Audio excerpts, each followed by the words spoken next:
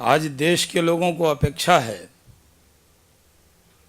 कि सयाद के कैद से बुलबुल आज़ाद हो, लेकिन खुद जब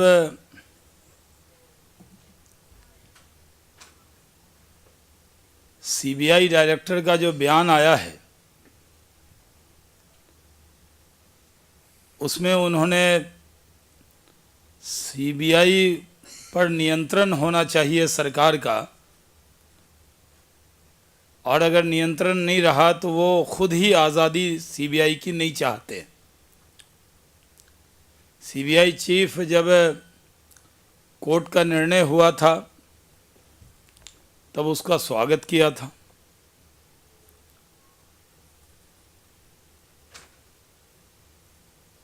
सीबीआई की तरफ से कोर्ट में गलती मानी गई थी, माफ़ी मांगी गई थी, लेकिन आज सीबीआई चीफ कह रहे हैं कि सीबीआई पे कोई न कोई नियंत्रण होना चाहिए।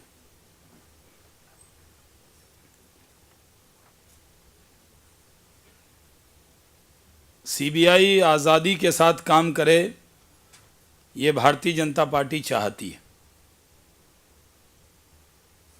लेकिन सीबीआई चीफ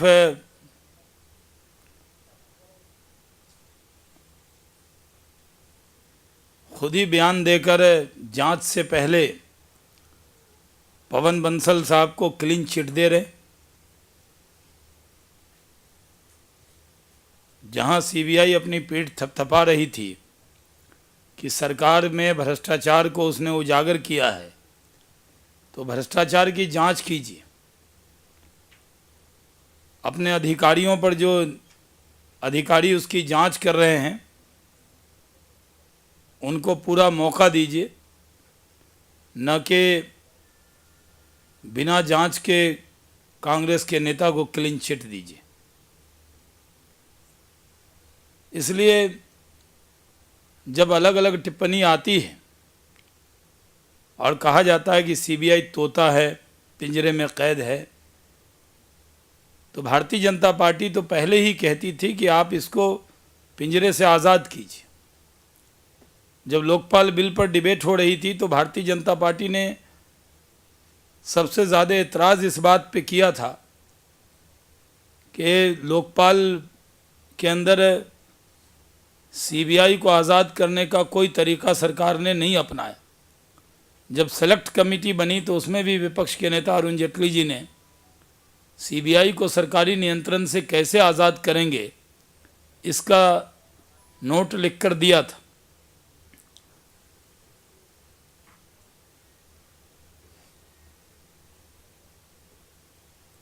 लेकिन हम जहां आज़ादी की बात कर रहे हैं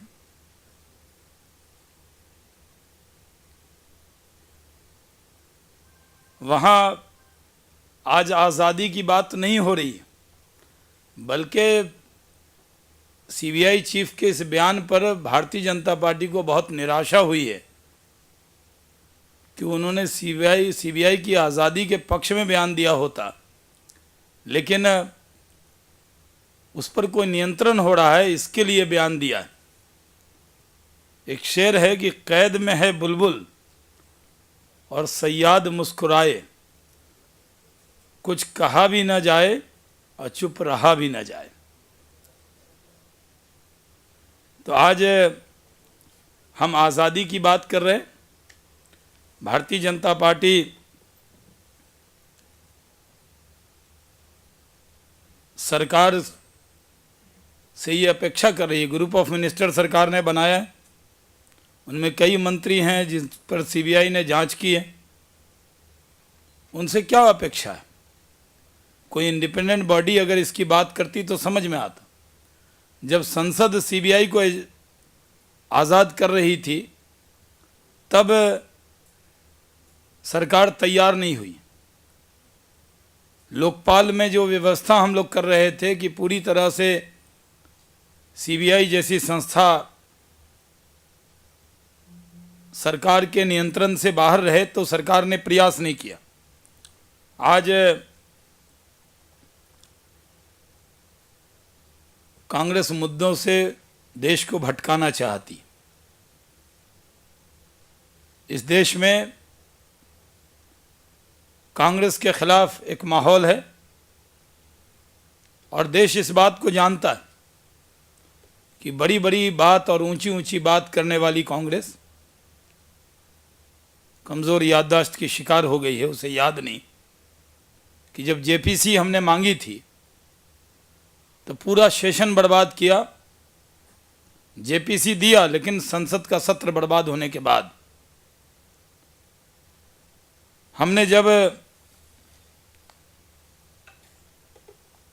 उनसे मांग किया कि 2 मंत्री जो आरोपित हैं उनका इस्तीफा कराओ और संसद चलाओ, उनका इस्तीफा दिलवाया, लेकिन संसद सत्र का पूरा समय बर्बाद होने के बाद कांग्रेस की भागने की आदत रही।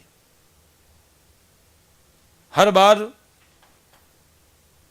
पहले पीएसी में प्रधानमंत्री ने चिट्ठी लिखा कि हम पीएसी में आकर 2G स्पेक्ट्रम में जवाब देने को तैयार हैं, और जब उसकी रिपोर्ट आने लगी तो कांग्रेस वहां से भाग गई। जब जेपीसी के अंदर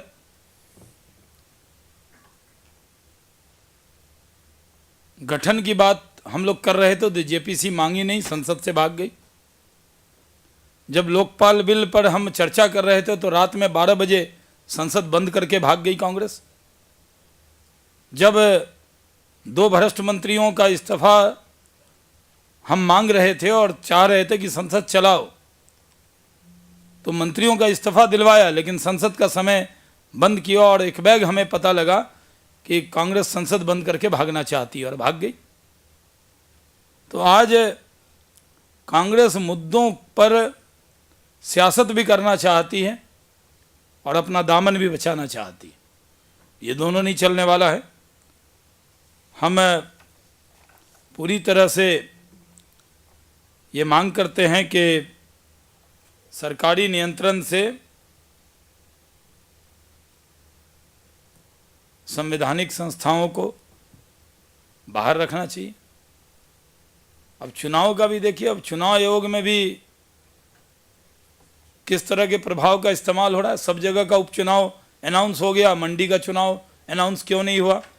देश ये जानना चाहता है किसकी मदद हो रही। हमें अपेक्षा है कि संवैधानिक संस्था और जांच एजेंसी किसी के प्रभाव में काम न करे, बल्कि वो अपनी जिम्मेदारी का, दायित्व का निर्वाह करें और इंडिपेंडेंट होकर काम करना चाहिए। किसी भी पॉलिटिकल पार्टी के इंस्ट्रूमेंट के तौर पर काम नहीं करना चाहिए। बहुत बहुत धन्यवाद।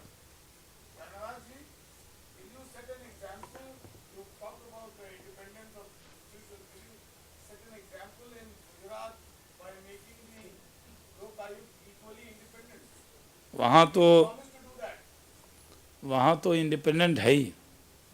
आप वहाँ जाकर देखें, वहाँ ये प्रश्न बार बार खड़ा किया जाता है, लेकिन संवैधानिक संस्थाओं को जितनी इजाज़त वहाँ मिलती है उसकी तुलना आप कहीं और कांग्रेस शासित राज्य से नहीं कर सकते।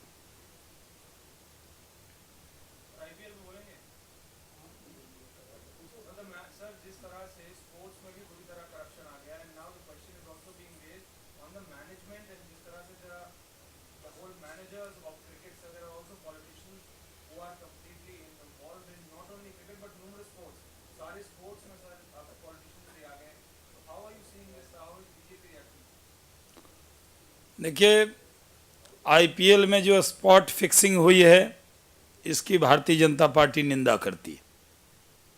ये दुर्भाग्यपूर्ण है। आईपीएल मैच भी बीसीसीआई कराती है। बीसीसीआई देश का भी जो मैच होता है, इंटरनेशनल मैच, वो भी बीसीसीआई करवाती है, और आईपीएल मैच भी बीसीसीआई के ज़रिए आयोजित किए जाते हैं। जो लोग इसमें पकड़े गए हैं उनके खिलाफ कानूनी कार्रवाई होनी चाहिए, सख्त कार्रवाई होनी चाहिए, क्योंकि इस देश के लोग जो बड़ी तादाद में इस गर्मी में जब आईपीएल का मैच होता है तो बड़ी तादाद में लोग मैच देखने इसलिए जाते हैं क्योंकि अंतर्राष्ट्रीय स्तर के खिलाड़ी उसको खेलते हैं और क्रिकेट भारत का पसंदीदा गेम, लेकिन उसमें अगर स्पॉट फिक्सिंग हो गई तो लोगों के दिल टूट जाते। इस तरह की फिक्सिंग न क्रिकेट के हित में है न देश के हित में। इसलिए हमें अपेक्षा है कि बीसीसीआई सख्त कार्रवाई करेगी ताकि कोई आइंदा इस तरह की फिक्सिंग की हिम्मत न करे। जहाँ तक आपके दूसरे प्रश्न का उत्तर है कि स्पोर्ट्स में और क्रिकेट में जो पॉलिटिशियन भी गए हैं वो भी भारत के नागरिक हैं और वो भी खेल प्रेमी। क्रिकेट में भी कई राजनीतिक हैं जिनका बहुत बड़ा कद है और उनको किसी क्रिकेट के पद की ज़रूरत न होते हुए भी वो क्रिकेट में अपना कंट्रीब्यूशन दे रहे हैं। और उसकी कई मिसालें, ज़मीन से लेकर पहाड़ तक सुंदर स्टेडियम बनाने में जो राजनीतिक उसमें शामिल हैं उनके बारे में कई मिसालें दी जा सकती। सवाल ये नहीं है कि राजनीतिक व्यक्ति क्रिकेट को चला रहे हैं इसलिए स्पॉट फिक्सिंग हो रही है। सवाल ये है कि क्रिकेट के अंदर जो कमियां अन्य जगह दिखती थी वो भारत में क्यों आई है, इस पर बीसीसीआई को सख्त एक्शन लेना चाहिए।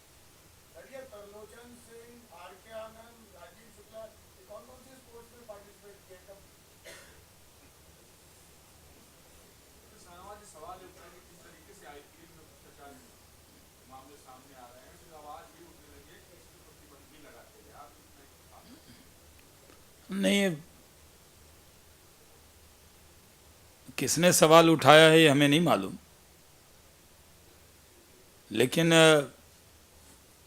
आईपीएल मैच देखने वाले स्टेडियम में जाकर और अपने घर में टेलीविज़न पर देखने वालों की बहुत बड़ी तादाद है और ये फिक्सिंग करने वालों की कम तादाद है। ऐसे लोगों को, जो गलत लोग हैं, उनको निकालना चाहिए और इस क्रिकेट जो भारत का सबसे पसंदीदा गेम है वो चंद लोगों की वजह से बदनाम नहीं हो सकता। इसलिए पहले भी खबर आई थी और पहले भी आईपीएल के कई खिलाड़ी बाहर किए गए थे, लेकिन फिर भी उसके बाद जिस तरह से अंतर्राष्ट्रीय स्तर के खिलाड़ी इस स्पॉट फिक्सिंग में पकड़े गए हैं, ये भारत के क्रिकेट के साख पर बट्टा लगाने वाले हैं, इसलिए पूरी क्रिकेट को बदनाम करने वाले हैं। इनके खिलाफ सख्त एक्शन होना चाहिए।